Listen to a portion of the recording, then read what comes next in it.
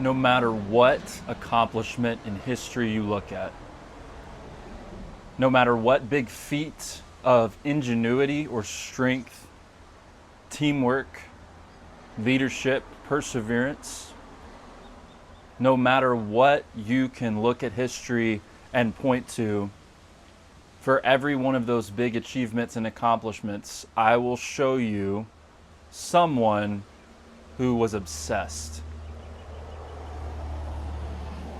An obsession does not have a good connotation in today's society, and I'm aware of that, and I don't care because a lot of things don't have a good connotation in today's society, but that doesn't mean that they are not good things. That doesn't mean that they aren't necessary things.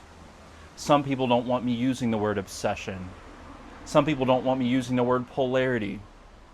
I'm sure some people, if their little kid liked rainbows, would discourage them from wearing rainbow things or having rainbow stickers because of the connotations that it might. No, I'm not going to be that way.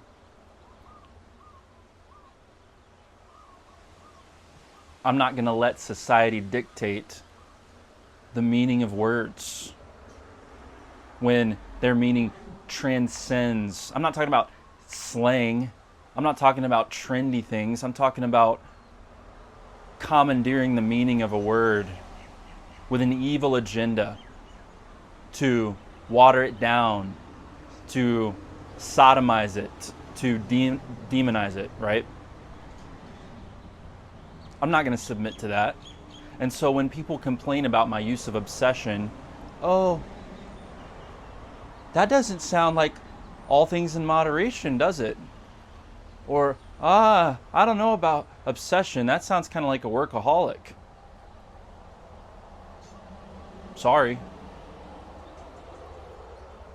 I think, if I'm being real, I think the men of today's society could use a little bit more workaholism and a little less laziness, a little less distractedness, a little less passivity. Workaholism, I'm not advocating for that. But if you're on that side of the spectrum, let me tell you, society is going to be a lot more healthy than it is now. Because right now we have men on the other side. And as you guys can tell, today's topic is obsession. Obsession is one of the 9 masculine traits that we're covering in the Masculine Power course. And I'm not going to sit here and talk about that course, but if you guys want to join, I will put the link below, and the price does go up in a couple hours, and then it's going to go up again in a couple days. So click it or don't, I don't care. Do what you want to do. But we're going to talk about obsession today. The counterpart to obsession is dynamism, being dynamic, which is what we love about the feminine, right? So the masculine is obsessed, the feminine is dynamic, and we love the beautiful ups and downs and all arounds, the radiant, changing, shifting energy, the fun, the spark that comes with a healthy feminine. And guys, as men, society only moves forward when men can become obsessed with winning a war, obsessed with building infrastructure and societal structures to help the society thrive.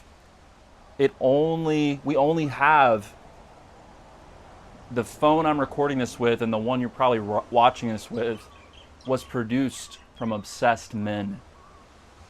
And not obviously just the phone, but all of its components and the internet that we use to communicate. Not just the concept of the internet, but the infrastructure to support the internet, the cables that run under the ocean, and the saturation divers who go down there and maintain them.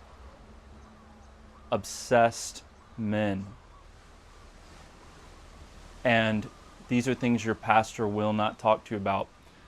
I'm not sure what the title of this video is going to be, but I think it's going to be pure obsession, because a lot of us know that we need to stay away from the dirty websites. We know that. And, we've got the guilt and the shame that comes with that, of when we cave into lust. We understand that.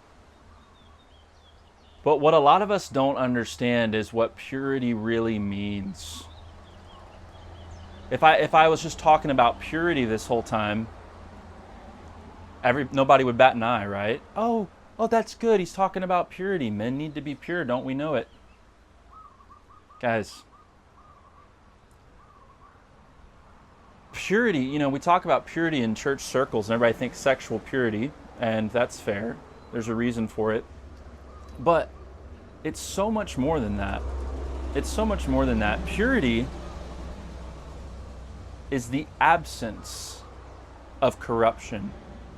It is the absence of defilement. And more importantly, purity is the presence of one thing. If I tell you that I have pure water, yes, you understand that means the water is uncorrupted, but that also means that in the bottle or glass that the water is in, there is nothing except water. It is pure. It is a singular thing. There's not any mix-ins. There's not any milk or debris or anything. There's no little leaves in it. It's pure. It's one thing. If I tell you I have pure gold, that means that it has been refined and clarified to the point where in this bar of metal, there is nothing but gold. It is a singularity. Purity is a singularity. There is no corruption. And guys, that's what obsession is. Obsession is when you are able to, as the Gen Zs say, lock in. Obsession is the ability to lock in and have all of your focus, all of your attention, all of your strength purely about one thing. That doesn't mean you have to be obsessed about the same thing every minute of every single day. You can't do that, right? You can't be obsessed with working out, every second of every single day. That's not the point. But when you are focused on something, and when you are working on something, and when you are doing something, as a man, God has given you a masculine drive. He's given you this inner beast, this inner dog, this inner tenacity that can only be unlocked when you are obsessed. And the reason society's men today are weak is because they have lost their ability to be obsessed about the right things. Going back to dirty websites or sexual sin as a whole, right? What is your state of mind when you are, 5 videos deep on the hub and you're watching adult content and maybe you are yanking the old chain, right? And you're watching this content and you're self-pleasuring. Your mind is obsessed. In that moment, you're obsessed. You're locked in. You are experiencing a state of purity, okay? It's not the type of purity you need to be experiencing, but your body, your mind, your instinct, every bit of you is in alignment and integrated and pure. It's pure garbage, but it is pure. It's one thing. You're obsessed in that moment. Same for a lot of y'all that play a lot of video games. Maybe you're not happy with how your life is going, and maybe you don't want to use the energy God has given you to build something bigger than the mediocre existence that you continue to perpetuate, so you play a lot of video games. All right, great. In those moments, you're obsessed. I've done it too, right? You're playing this game and you're 100% locked in. You're 100% focused on the game. You can't be bothered. It's amazing how long you can hold your bladder for when you're locked in on a game, right? Any other time, you would have had to pee like 2 or 3 times. But when you're obsessed, it's like nothing else matters. A soldier at war has to be obsessed. If you get shot in battle or wounded, otherwise speaking, you can't just give up and whine about it in the moment. You have to remain obsessed. There has to be a singularity of focus in your brain. Because if you allow your brain to deviate from what is happening in the moment and start to be distracted and become dynamic like the feminine and focus on the wound and the pain, then you will lose the objective and probably lose the battle too. You cannot afford to be dynamic if you want to be the best, if you want to win. You must become obsessed. I want to share a passage with you all that speaks to this indirectly, but still quite plainly. You're going to see what I mean. And guys, my heritage and my proper upbringing wants to read this in greater context, but I'm aware of how a lot of your attention spans work, so I'm not going to read all of the context prior to this, but I would recommend you read 1 Peter verses 1 through 13, chapter 1 through 12, to get the context of this. But the basics is, Peter is speaking of, he opens the chapter with saying, "Blessed be God, who is," and I'm paraphrasing a little bit here, "Blessed be God who rose Jesus from the dead and is preparing an inheritance for us that's incorruptible, undefiled, does not fade away. And even though you guys are going through it, even though you guys are having trials, this is going to test the genuineness of your faith. Even though you haven't seen Jesus, you love him. You're waiting for the end, and you have received the salvation. But better things are coming, right? Better things are coming." And then this is what he says in 13, verse 13. "Therefore," right? So because of all of this that he just said, "gird up the loins of your mind, be sober, and rest your hope fully upon the grace that is to be brought to you at the revelation of Jesus Christ." Okay, I'm going to stop there for a second. He says, gird up the loins of your mind. All right, so you have to think about what he's talking about is back in that day, the men would wear long clothes, okay?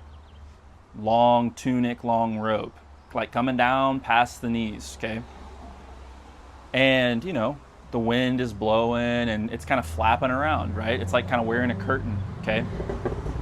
So when they would gird up the loins, what that phrase means is they would grab the lower parts of their garments and they would pull them up higher, kind of exposing their knees and the upper or the lower parts of their legs. And then with all this cloth, they would, wrap it up, kind of fold it a little bit, and then tuck it into their belt and then cinch it up.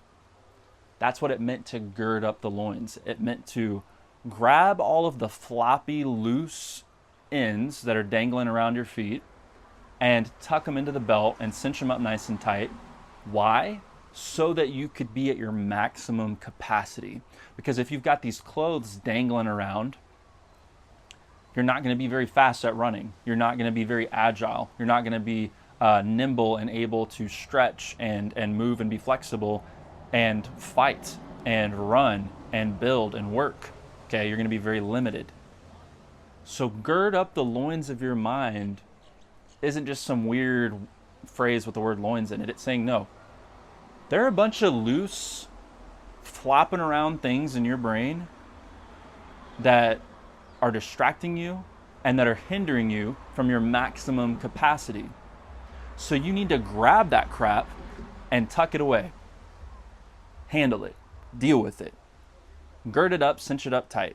Gird up the loins of your mind. Be sober, okay, which is clear, sharp, alert, and rest your hope fully upon the grace that is to be brought to you at the revelation of Jesus Christ. So he's saying, not only should you pick up all these little distractions and these little things that are not going to help you and that are going to hinder you from running and fighting and working, not only that, but then rest your hope fully on one thing, purely on the hope, purely upon the grace that is to be brought to you at the revelation of Jesus Christ.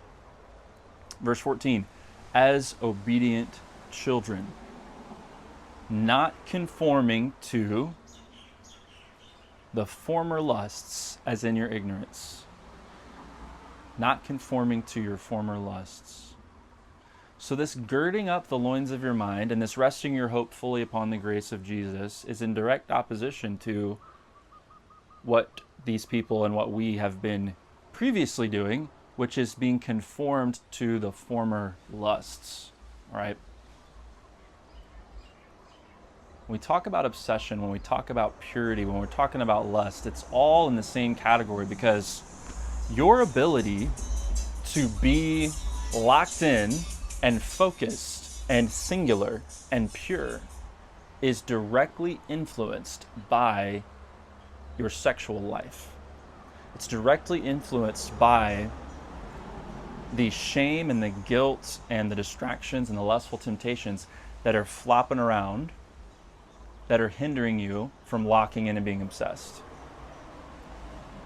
It's because we as men are obsessed with the wrong things that we've become weak. We can easily be obsessed with dopamine highs and with fake victories and fake triumphs that can occur in video games. We can easily be obsessed with doom scrolling. We can easily be obsessed with adult content or Netflix or binge eating or vices. And there is a sense of purity and bliss we experience when we're fully locked in. But that is a shadow, that is a taste, that is a fake reality, a fake experience that simulates the feeling that God made you to feel, which is being obsessed with something good, with something hard, with something that brings value to the world. When you're obsessed in the moment and you're working hard and you don't know if you're going to make it or not, and you don't know if it's worth it or not, and you don't know if you're going to look back and think you're an idiot, you don't know if you think that, you don't know if other people around you are going to laugh at you, right? These are all the temptations that you have to gird up in the loins of your mind. But when you look back on it later, you're going to realize those were the good old days. You're going to look back on those times fondly, because you'll look back and realize, yeah, I left it all on the field. That's what I was made to do as a man, is to be obsessed. So when you think about these Christianese sayings, like all things in moderation, some people think that's in the Bible. It's not. It's not even like official church doctrine. It's just Christianese, right? So when you think about these things like all things in moderation,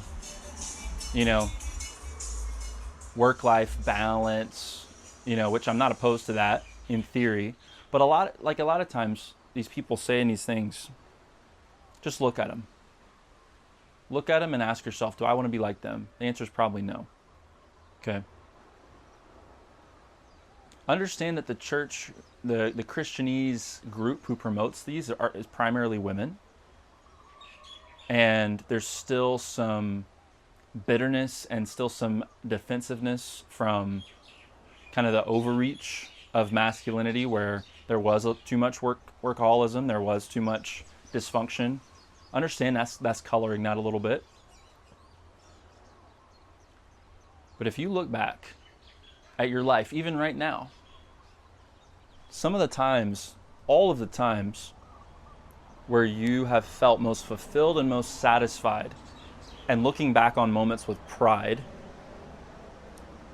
not the sinful, you know what I mean. When you look back on those moments with pride, you will realize, oh, I was obsessed. I was obsessed. I was fully present in the moment. Every ounce of my focus, strength, and energy was locked in, laser focused on this one thing. And I was giving it my all, my heart, my strength, my soul. And that's what our relationship with God is supposed to look like too. It's not supposed to be this halvesies thing. It's supposed to be an obsession. Obsession, guys.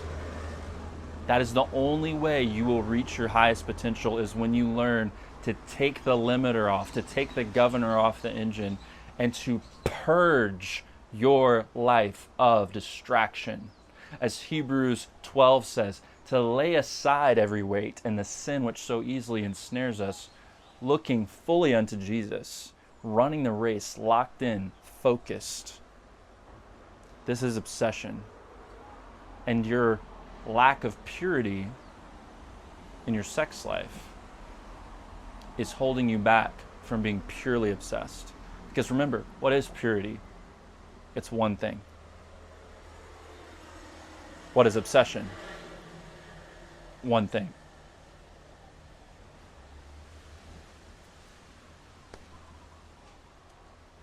For the boys, episode 13. Snag the masculinity course below before the price goes up. If not, still love you. Thank you for watching. We're past 250 subscribers. Let's go. Next up, 300. See you guys soon.